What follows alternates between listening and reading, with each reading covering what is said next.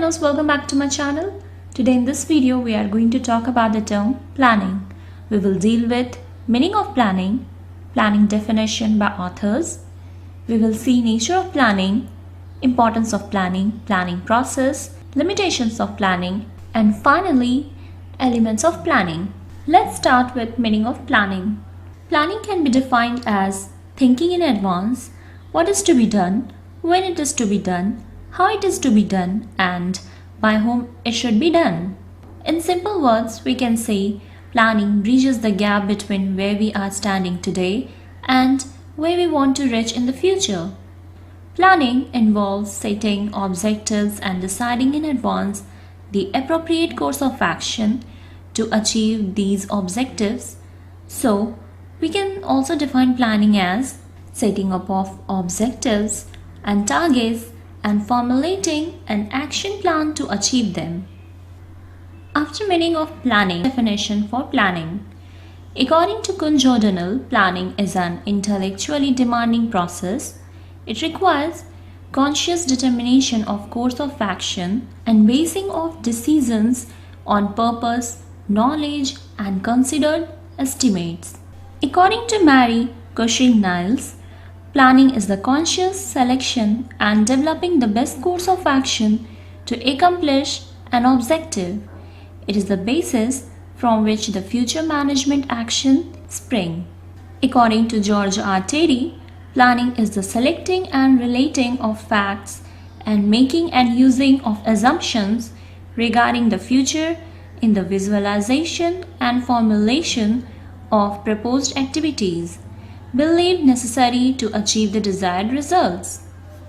So here we have seen, according to Kunj O'Donnell, planning is a demanding process that requires decisions on the basis of purpose, knowledge, and considered estimates. According to Mary Cushing-Niles, planning helps in developing the best course of action to achieve certain objective. According to George R. Terry, planning helps in setting assumption regarding the future course of action or the activities which is going to happen in the future. Now after definition, we will move toward nature of planning. If you are asked the question, write the features or characteristic of planning, you can mention the same points because they are not different. Our first point is planning contributes to objective. How? Planning starts with the determination of objectives. We cannot think of planning in absence of objective. After setting up of objectives, planning decides the methods, procedures, and steps to be taken for achievement of set objectives. Planner also help and bring changes in the plan if things are not moving in the direction of objective. Our second point is planning is a primary function of management. How? Planning is a primary or first function to be performed by every manager. No other function can be executed by a manager without performing planning function. Why? Because objectives are set up in planning and other functions depend on the objectives only. Third point is pervasive. Planning is required at all levels of management. It is not a function restricted to top level managers only, but planning is done by managers at every level. Formation of major plan and framing of overall policies is a task of top level managers, whereas departmental managers form plans for their respective department activities. Our next point is planning promote innovative ideas. How? Planning requires higher thinking and it is an intellectual process, so there is a great scope of finding better ideas, better methods and procedures to perform a particular job. Planning process forces managers to think differently and assume the future conditions, so it makes the managers innovative and creative. Fifth point is planning facilitates decision making. How? Planning helps the manager to take various decisions. As in planning, goals are set in advance and predictions are made for future. These predictions and goals help the manager to take fast decisions. Sixth point is planning establishes standard for controlling. As controlling means comparison between planned and actual output, and if there is a variation between both of them, then find out the variation for such deviations and taking measures to match the actual output with the planned. But in case there is no planned output, then controlling manager will have no ways to compare whether the actual output is adequate or not. So it's very important to have standard for controlling. Seventh point, focuses attention on objectives of the company. Planning function begins with the setting up of objectives, policies, procedures, methods, and rules, etc., which are made in planning to achieve these objectives only. When employees follow the plan, they are leading toward the achievement of objectives. Through planning, efforts of all the employees are directed towards the achievement of organization goals and objectives. After nature of planning, we will move toward planning process. In planning process, first of all, we will set the objective, then we will develop planning premises, then we will list out various alternatives through which we can achieve our objective. Then it comes to analyze and evaluate all different alternatives which we have. After that, after analyzing and evaluation of all alternatives, we will select one which is best, and after that we will implement the plan and finally follow up action. Let's see planning process in detail. First we have setup of the objective. In planning, function manager begins with setting up of objectives because all the policies, procedures and methods are framed for achieving objectives only.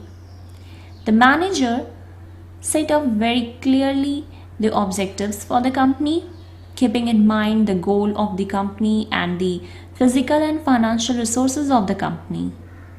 Managers prefer to set up goals which can be achieved quickly and in specific limit of time.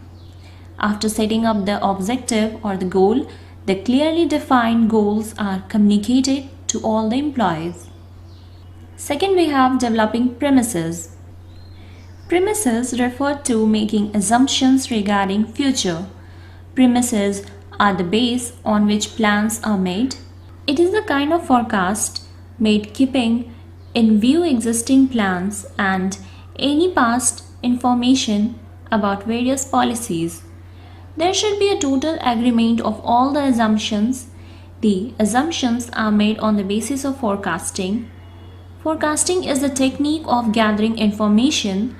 Common forecasts are made to find out the demand for a product in a market, change in government policies or competitors' policies, tax rate, etc.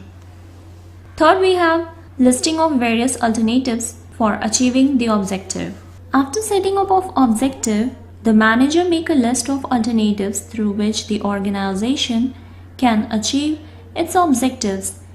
As there can be many ways to achieve the objective, and manager must know all the ways to reach the objectives.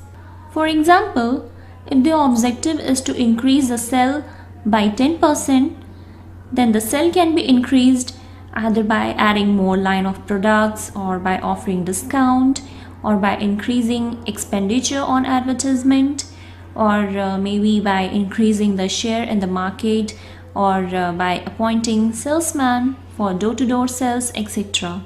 So, manager lists out all the alternatives. Fourth, evaluation of different alternatives. After making the list of various alternatives, along with the assumptions supporting them, the manager starts evaluating each and every alternatives and notes down the positive and negative aspect of every alternative. After this, the manager starts eliminating the alternatives which more of negative aspect and the one with the maximum positive aspect and with the most feasible assumption is selected as the best alternative. Alternatives are evaluated in the light of their feasibility. Fifth point is selecting an alternative. The best alternative is selected, but as such there is no mathematical formula to select the best alternative. Sometimes instead of selecting one alternative, a combination of different alternatives can be selected. The most ideal plan is the most feasible, profitable, and with less negative consequences. After preparing the main plan, the organization have to make number of small plans to support the main plan.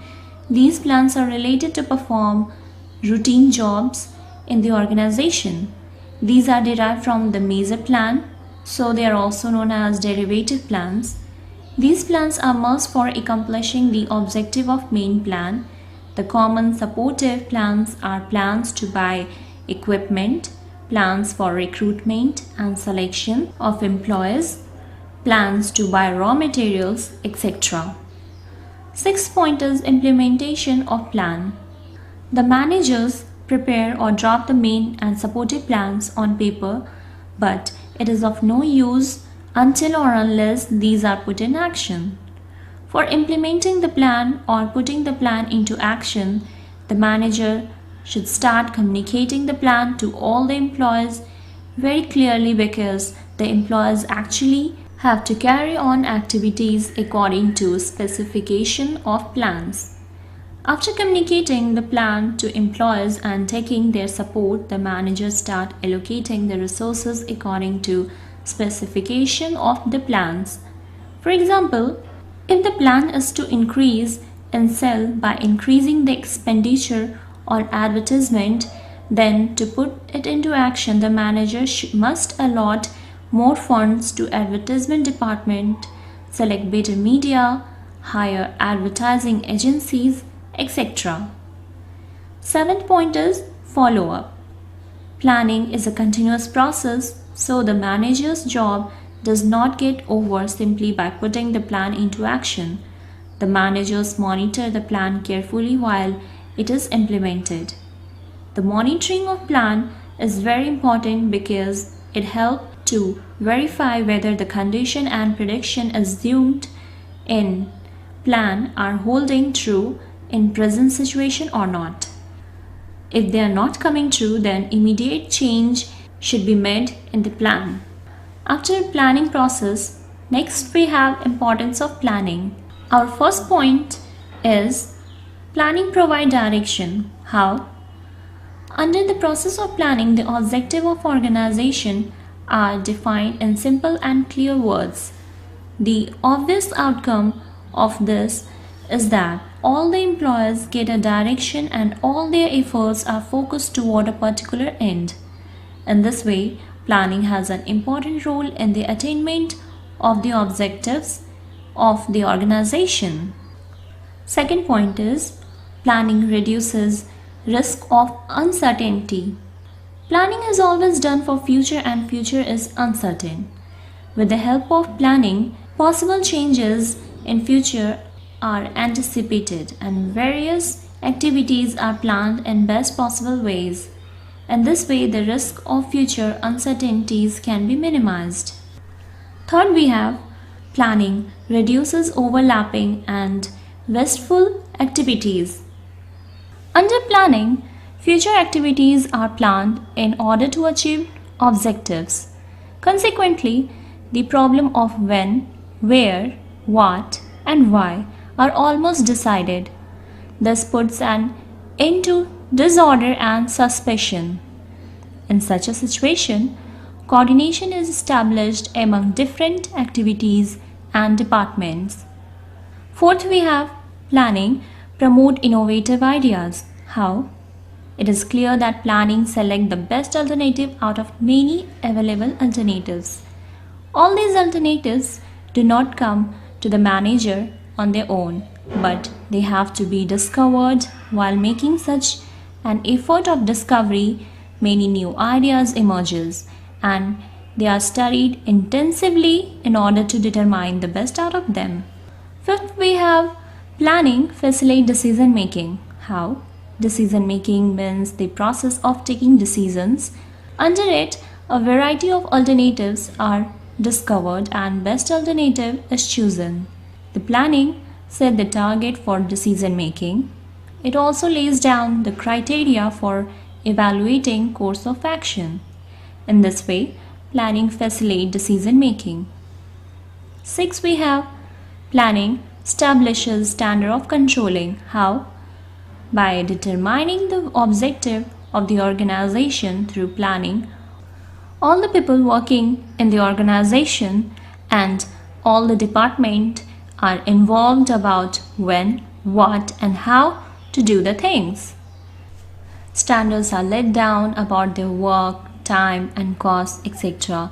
Under controlling, at the time of completing the work, the actual work done is compared with the standard work and deviations are found out, and if the work has been not done as desired, the person concerned are held responsible. The person who has performed the work will be responsible. Now we will move to limitation of planning. First we have planning leads to rigidity. Once plans are made to decide the future course of action, the manager may not be in a position to change them. Following predetermined plans, when circumstances are changed, may not bring positive result for organization. This kind of rigidity in plan may create difficulty. Planning may not work in dynamic environment. How? Business environment is very dynamic, as we all know, as there are continuously changes taking place in economic, political and legal environment. It becomes very difficult to forecast these future changes. Plans may fail if the changes are very frequent. The environment consists of number of segments and it becomes very difficult for a manager to assess future changes in the environment. For example, there may be changes in economic policy, change in fashion, change in trends, change in competitors' policy. A manager cannot foresee these changes accurately and plan may fail. Next we have planning reduces creativity. With the planning, the managers of the organization start working rigidly and they become the blind followers of the plan only. The manager do not take any initiative to make changes in plan according to the change prevailing in business environment. They stop giving suggestions and new ideas to bring improvement in working because the guidelines for working are given in planning only. Fourth, we have planning involve huge cost. How? Planning process involve lots of cost because it is an intellectual process and companies need to hire the professional expert to carry on this process. Along with the salary of these experts, the company has to spend a lot of time and money to collect accurate facts and figures. So it is a cost-consuming process. If the benefit of planning are not more than its cost, then it should not be carried on, it should be stopped. Next we have planning is the time-consuming process. How? Planning process is a time-consuming process because it takes long time to evaluate the alternatives and select the best one. Lot of time is needed in developing planning premises. So because of this, the action get delayed, and whenever there is a need for prompt and immediate decision, then we have to avoid planning.